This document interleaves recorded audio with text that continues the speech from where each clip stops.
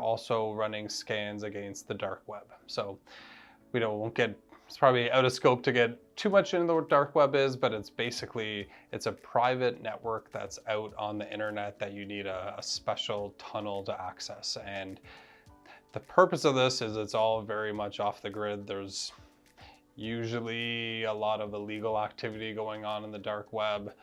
What it's more so being used for, well, it's being used more and more for as these people get more intelligent with their attacks is, you've probably heard of a lot of different data breaches companies have had. Those data breaches and the information stolen gets sold on the dark web. So what we do is we're constantly scanning our clients' domain names.